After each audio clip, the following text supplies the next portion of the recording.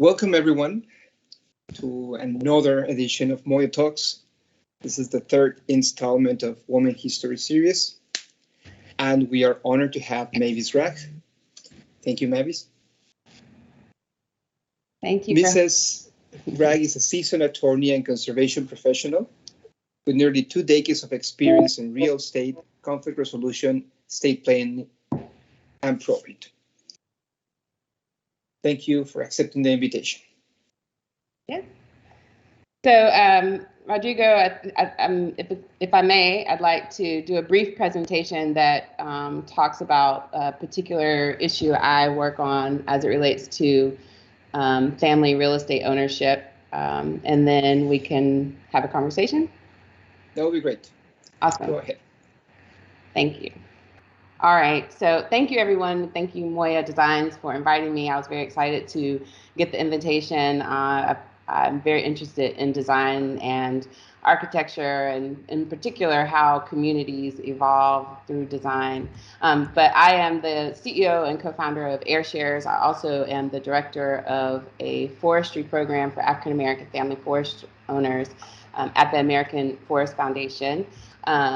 As Rodrigo mentioned, I am an attorney. I would describe myself essentially as a death and dirt attorney. So most of my legal work focused on helping people plan for when they can't help themselves and when they are no longer here, what happens to their assets.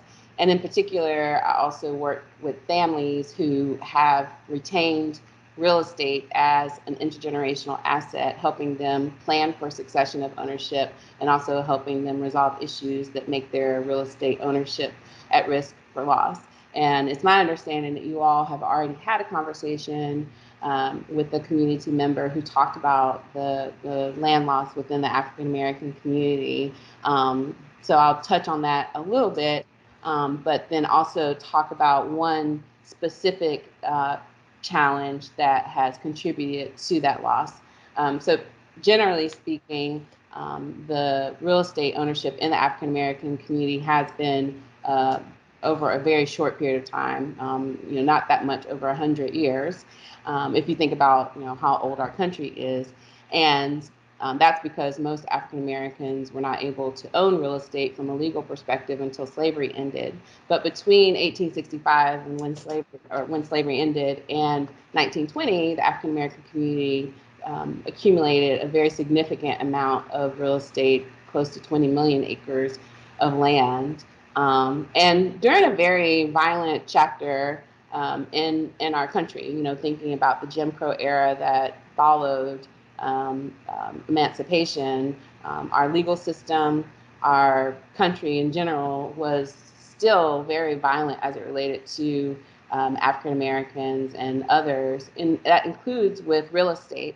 And so while families were accumulating real estate, they were also fighting very hard to retain ownership. And so that the residual effect of that continues today. But let's go to law school for a minute. I don't know if there are any lawyers here at Moya Designs, but I'm going to do a little legal speak so that I can share about how this issue results in land loss. So this is a basic family tree. At the top of the family tree, we have the parents, a married couple. Each of them had kids, as illustrated by the four just beneath those top green ones. A few of them got married, so the yellow boxes are spouses who married into the family. All of the kids had grandkids, which is the peach-colored boxes, and then the periwinkle are great-grandkids. Now that I'm thinking of it, talking to a design firm, I think this slide is pretty ugly, so hopefully you won't judge me too much. But the reason why I share a family tree is because with families that are maintaining ownership of real estate over multiple generations, they typically are doing so through inheritance. So 2 ways you can transfer real estate. One is through a deed, which is a legal document that describes the grantor, the grantee, the legal description of the property. It's signed and recorded. With families who are maintaining ownership of real estate through inheritance, the ownership interests are transferring by virtue of people dying. And so the family tree plays a major role in understanding how that ownership succession plays out. And so here's a typical family tree, and I want to test your knowledge about inheritance laws. If we imagine that everyone in the tree that has an X has passed away, And if we imagine that they passed away from the top to the most recent generation, so the original owners, the married couple, passed the property to their 4 kids, and then they passed it on to the next generation of owners. Based on your understanding of how many, or based on your understanding of inheritance laws, using the chat box, I'd be curious to hear how many people, how many owners do you think there are today? So everyone with the X is deceased. It passed from top to bottom. How many owners do you think we have today? And Rodrigo, I'd ask you to tell me what without an X. What was that? I said everyone that doesn't have an X, right? Possibly. A portion of ownership. Mm-hmm. Or is it just the one yellow? Well, you're hitting on one point. There's a lot of confusion. Yeah. Rodrigo, are you seeing anything in the chat box about what people? I see some people answer 10, 15, say someone. Yeah. Which seems excessive. Yeah.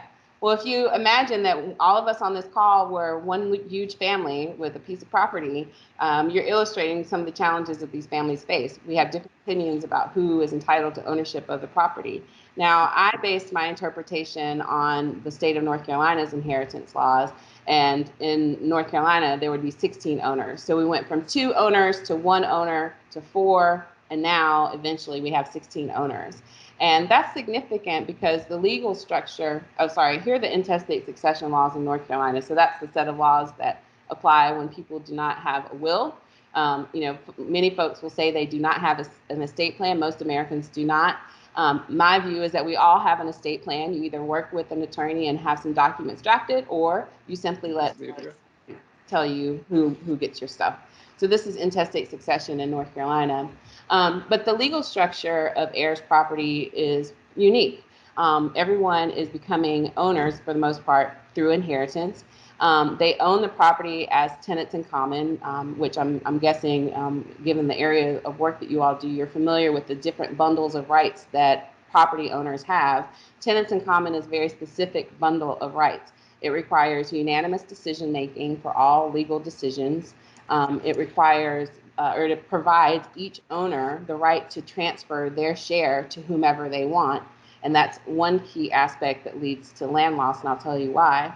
And then it also provides in every owner the right to seek what we call a partition action. So a partition action is where you are asking the court to physically divide the property. That's partition in kind. And if the court cannot physically divide the property, the court has to do what's called a partition sale.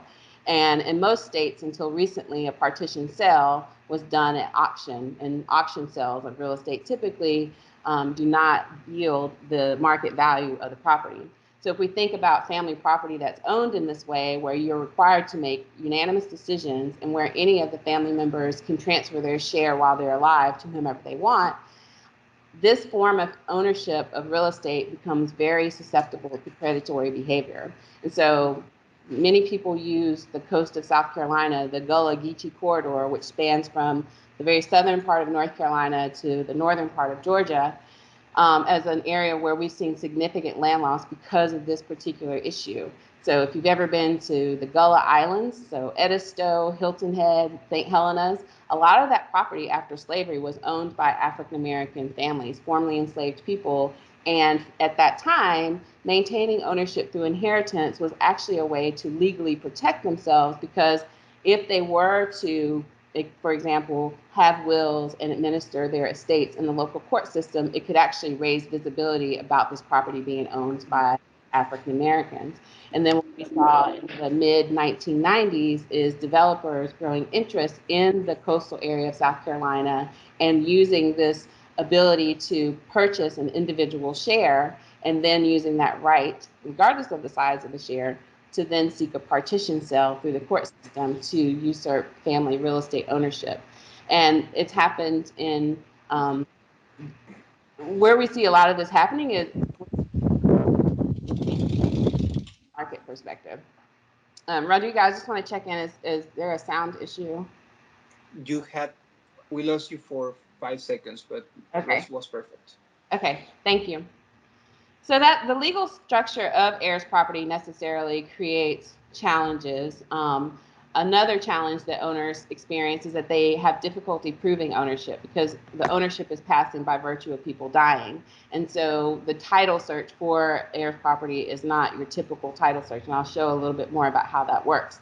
It's also very difficult to find an attorney who will do this kind of work. I'm one of the very few attorneys in the country that will actually warmly, well, until I close my practice, warmly accept heirs property matters. Most attorneys don't want to do this work because if we think about families and how dynamic families are, and then complex legal issues, it's very complex work to deal with. It's also very expensive to resolve. And so what happens is many families are handicapped in how they steward their real estate, whether it's urban property or agricultural property, because they aren't able to prove ownership and get access to financial resources, whether it's traditional financing or grants or whatever, because they can't prove ownership. And so therefore, lots of money, lots of intergenerational wealth is lost because of how they own the property. So to give you an idea of how prevalent heirs property is, I'll use my own state as an example. Basically, we took tax roll data from, we have 100 counties in North Carolina, so we didn't source from every county. We made some assumptions, and by we, I mean the people that did this, not me. But basically, this is a guesstimate of how much property in North Carolina is owned as heirs property. So the red dots are heirs property. And then it's overlaid with data around where most African Americans live in North Carolina. We wanted to provide some context for how this issue might impact specific communities. So in the eastern part of the state, you can see that it has a higher proportion of African American residents. It also has a higher proportion of heirs property. And I'll again remind you that in the early 1900s, African Americans actually would maintain ownership through inheritance without, administering their estates through the legal system because it could make them more susceptible to loss. So there's threat of loss, inability to get, or ineligibility for assistance. There's also difficulty proving legal standing. So for example, if your neighbor is trying to steal your property or if they're polluting your property, you have to be able to prove ownership in court in order to advocate on your behalf. It also, is a source of conflict for families. I also own heirs property with my siblings, and we manage to pay the property taxes. We get along, but that's what we manage to do right now. And so then, for many families, their property is undermanaged. And again, that's typically in all areas, rural, urban, small parcels, large parcels. And then the impairments go beyond the family. So heirs property ownership causes disruption in food systems and supply chains, including the forestry industry. Kimberly-Clark is a large paper company, and they have recently invested in heirs property resolution solutions with other NGO or with some NGOs because it's interrupting their supply chain in Alabama and Mississippi. And that's just one example. It also impairs affordable housing, natural resource protection, and aids, in a sense, economic blight. Think about that map, and then this map from the Southern Environmental Law Center. This map shows us where there's coal ash sites, so waste. Confined animal feeding operations. At the time they made this map, there was a proposed pipeline.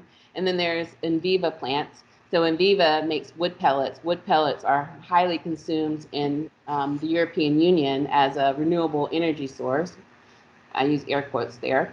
But the process in which they make these wood pellets actually pollutes. And if we think about where all of this activity is, where all of this overburdening of mass waste is, it often overlays with where those most vulnerable are and where they own their real estate.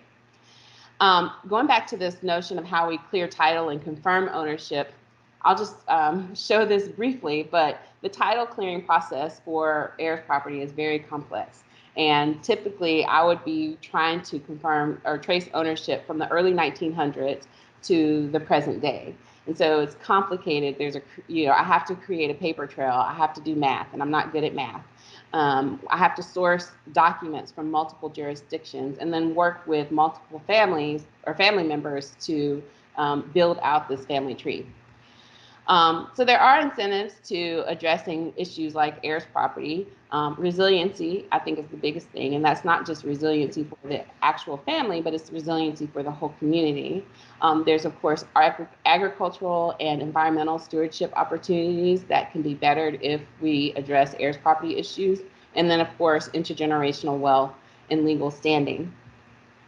There have been some legal and policy solutions. I will not read out all those to you. I am going to share the slides so you can take a look. But generally speaking, we are seeing a lot of momentum, both in a policy and a legal strategy approach that I think is very positive. But still, there's a lot more to do. In particular, I think that we need to see what role technology can play. And I think we also need to identify the intersections of other challenges or opportunities, such as food systems, disaster preparedness, even wealth, just generally speaking, how do people, families maintain wealth over generations and grow that wealth? And so HeirShares is a company that I started, and I'm happy to speak more about HeirShares, but when I was practicing and working with heirs property owners, I was very hungry for technology solutions that made it easier to build the family tree. And so that's what we're doing. We're building solutions that make it more affordable and efficient to confirm ownership of heirs property by using easy to answer questions. So it'll kind of be like TurboTax experience. And we have these powerful algorithms. So one of my co-founders is a mathematician and a data scientist, and he and I took the state inheritance laws and somehow made it math. If you're a math person, you probably know how, but it was very fascinating to me. But essentially, the idea is that our tree builder will allow us, through this interview process, allow the app to determine or predict how ownership passed through that family tree, and then the families can use that information when they work with an attorney, so that all the attorney has to do is verify. So I will stop there. And Rodrigo, I'm guessing there's some questions. Maybe it's you went through most of my questions with that beautiful presentation. Well, I love how you correlated the maps, so you can see how the fragmented properties on the east of North Carolina are completely related to predatory practices. So you can stop sharing if you want. I do have some questions based on what you said and some questions that I had from before. And I hope the audience has some questions too, because this was a great presentation. Yeah. Mavis, I saw that you were showing this map of North Carolina. You see the properties. And I imagine that historically, the more fragmented a property is, the more difficult it is to transform it or plan it in terms of economics. Absolutely. So how much of your work after you do this algorithm involves educating people on having a real estate plan? Thank you for asking that. I failed to mention that we are also building a learning platform that's meant for actually for anyone who wants to learn about family real estate ownership. But we will have a learning platform for our users, but also for professionals. I find now that I'm not only educating lawyers how to do or how to understand heirs property and work with heirs property owners, but I'm also working or educating foresters and cooperative extension professionals. So my hope is that our learning platform will become the standard for how people learn about family real estate ownership. And how to invest, imagine, right? Absolutely. We also want to create more technology tools that aid co-management. So property tax payments, if believe it or not, are actually very difficult for families to manage, partly because, it could be because of the cost or the high assessment, but it also could just be, practical that you have to collect payments from multiple people. And so we want to help families do that more easily, and then also qualify for programs. So the USDA in the 2018 Farm Bill provided for heirs property owners to be able to get what's called a farm and tract number. So that's a kind of like a social security number for your agricultural real estate. And having that farm and tract number allows you to apply for USDA programs, both technical and financial assistance programs. Well, in practice, what we're seeing is that field agents with USDA are still struggling to interpret the documentation and work with the landowners to meet the eligibility, even if the landowners are providing the documents. So we think we can create a third-party system that facilitates that more easily so that the families can just get to work. And taking your map, for example, you see that there is a commercial exploitation, crops for wood, for forestry. Is there an effort to create cooperatives of smaller producers to compete with these predatory industries? You mean like cooperative models of landowners with smaller piece parcels? Exactly, because if they have small parcels, it's more difficult to organize and turn them into something economically profitable. Thank you thank you for bringing that up. As I mentioned earlier, I direct the Sustainable Forestry and African American Land Retention Program. So we work with African American family forest owners, and that's one of the challenges. In addition to the residual impacts of systemic issues, they also tend to have smaller parcels of property and have to compete with larger landowners to get vendor services. And so one example for what you just described is one of our partners, it's called LR-Lean. It's a long, confusing acronym, but they're an Alabama landowner cooperative. And essentially, they identify landowners who have the same type of practices that they need implemented on the property and who are low resource. And they will work with the landowners to get the USDA financial assistance to finance the practices. And then they'll also work, will identify the vendors and work with the vendors to actually deliver the practices. And they call it the clustering model. And so this allows the landowners on an individual basis as part of this group to be more competitive with other landowners, larger landowner holders. And I do think that that's a model that should be examined for smaller landowners. And that's irrespective of race and land loss issues. I think there are just a lot of vendors don't have incentive to work with small landowners. Yeah, and they don't have the time to devote for the lengthy process of going through this. Yeah.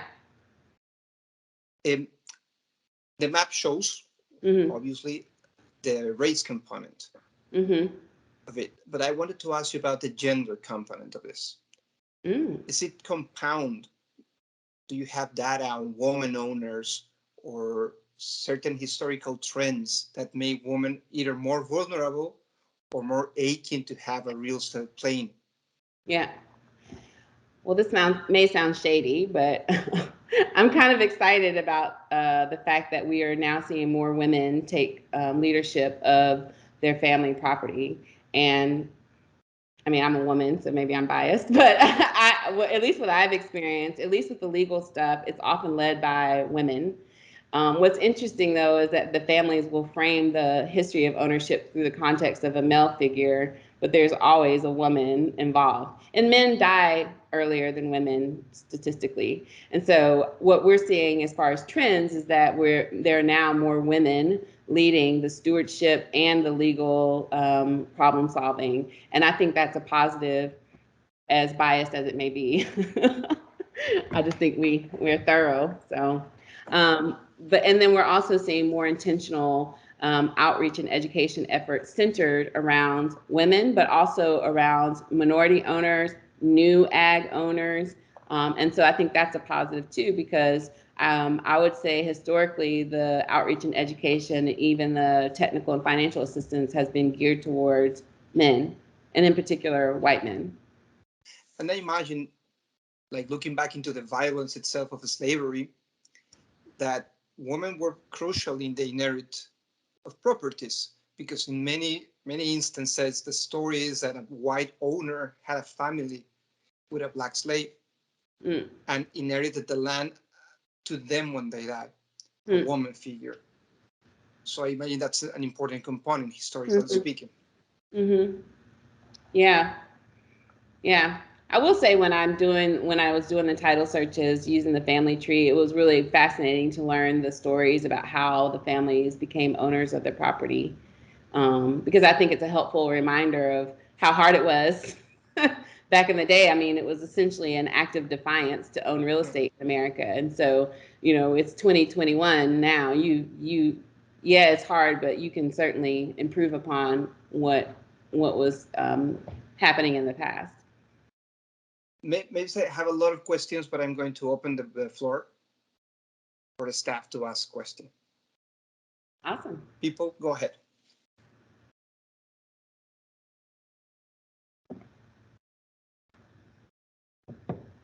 I got one. This is Al. Maybe it's again, very fascinating presentation, and it was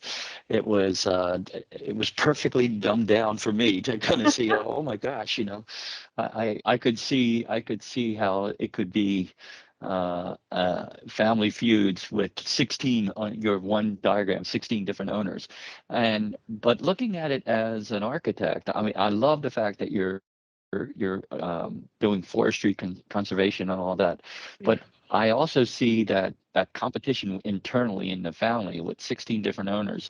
How does not only Rodrigo's question on the real estate, but actually the zoning of the properties? So let's say 5 of those 16 owners wanted to say, hey, let's rezone it and let's develop it. Let's put some houses on this. How do you maintain and manage that kind of dynamics? And do you see that oftentimes where people, like even in the forestry industry, you might have a family member say like, hey, I'm going to make more money if I just totally strip it, and strip forestry as opposed to selective forestry. So Right. how do you deal with that dynamics? Oh, great question, Al. And I'll use some generalizations about ownership of real estate in the African American community as a way of answering that question. So with the African American heirs property families that I worked with in my practice, I mentioned before, I had to source information from multiple jurisdictions. Well, the family tree makeup typically models the Great Migration of the African American community. I would usually have family members who were here closer to the land, maybe even living on the land and stewarding the land, but then I'd have family members. In most cases, I always had some family members in New Haven, New York, Philadelphia, the DMV area. And if you think about real estate in New York City, and you're like, oh, we have 50 acres in Northampton County, North Carolina. They can make a subdivision and we can make a lot of money. Well, or you could do that, or you could also steward those 50 acres to, one, offset climate change, and two, forestry in North Carolina is over $30 billion a year. And there a lot can change when you develop land. So I'm not anti-development, but I think the conversation isn't just, oh, you have a lot of acres, it should be developed. The conversation should be more comprehensive. And I think folks in your field, I think you play a role in how people see the future. Even just with the architectural renderings, the city I live in, Durham, most architectural renderings on all the 30 billion condo projects that are going up, and I live in one of them. The renderings, they show a future that's not inclusive. They show a future that's ideal. And I would encourage folks in your arena to create a more realistic and inclusive picture, even in your architectural renderings, because that does influence how these policies are played out. I could go on about that, but I'll pause. Thank you. Very good. Very good interest. Did you have a question? That's a very good point. That's a very good point. Yeah. Because actually that inclusiveness is where the investors really are. Mm-hmm. Yourself included. This is Vinay. I might actually give you a call back to talk about Durham though, because we're actually waiting I was actually there about 4 weeks ago to talk to former Mayor Bell. regarding a project, and we're actually waiting to find out if we got a project or not, either today or on Monday, And I think I was not on the initial part of the call, but I think a lot of the sort of the socioeconomic and, to some extent, the issue of race always comes up. Those are all kind of issues that we have to take into consideration on that project. Mm. It would be great if I could call you, either if we get the project or even if we don't get the project, to get your thoughts on it, because that's always an interesting concept, and, to kind of try to relate it to what is essentially, architecture, and sometimes architecture for profit, because, it's about, rental apartments, so. Yeah. So if you have some time, I'd like to give you a call, maybe sometime next week, and, talk to you about it. Yeah, happy to. I didn't see who was speaking. VG? Oh, sorry. I thought, Vinay, sorry. I had my camera. He's one of our principals. I'm going to send you the email right now, so you can keep in touch. That's me. Sorry, I didn't realize I had my camera on. No worries. Thanks, Vinay. Don't worry. Yeah. I will say when I first started my practice, one of the things that I looked at using a GIS consultant was there's a belt line that's going to be built in Durham, so a natural resource, something for recreation, and I wanted to see how many parcel or how many homes in a half-mile proximity to that belt line are owned as heirs property, because I knew that once that belt line is established, the demand for real estate, residential real estate in close proximity is going to skyrocket. Thankfully, there weren't that many, but there was another green development in a different part of Durham where there were over 72 properties. And these families are low resourced and, will likely have to fight investors to keep their property, or even to have a fair role in the decision making about what happens with their property. So yeah, I love to talk about it. So I look forward to your outreach. I just sent you an email with Vinay's contact, so we can keep in touch. And it may also be interesting. I'm on the board for Triangle Lane Conservancy, and so we are in a sense competing with development, and we have a lot of people moving to the area. So there's probably some data points there I could share with you that might be helpful. No, yeah, it was actually fascinating how, I forget what the name of the road was, how one road that was built kind of just, separated. Yeah. That road is right here behind me. 147. Yeah, 147. Yes. Yeah. That's fascinating. But yeah. We have time for one more question, and I know Adrian had one, so please shoot ahead, Adrian. Oh, yes. Hi, it's great to meet you. It's been I definitely wanted to concur on the renderings, and it's something that's always, as someone who's been in the visual design field as well, and dip my toe there, something that always drives me crazy when I see developers, especially projects in DC or in Baltimore, and it's like, there's no diversity, none of the renderings. It's like, who are they? I mean, are they trying to say something? I don't know. All right. So I definitely want to second that. But I did actually want to ask, as someone who's actually descendant of, I'm actually a first-generation American. My parents are from Jamaica. I was wondering if you guys, if there's any thought to potentially expanding to some of the countries that were other dropping points for slaves along the slave trade before they came to the Americas, because there's similar issues I know there with land and heirs property there. Yeah, thank you for asking that question. I think there's a lot of potential for that. There are still cultures that do not use title. Sorry, that's very presumptuous. There are cultures that do not do title registration, and when title registration is introduced, it actually results in a lot of land loss.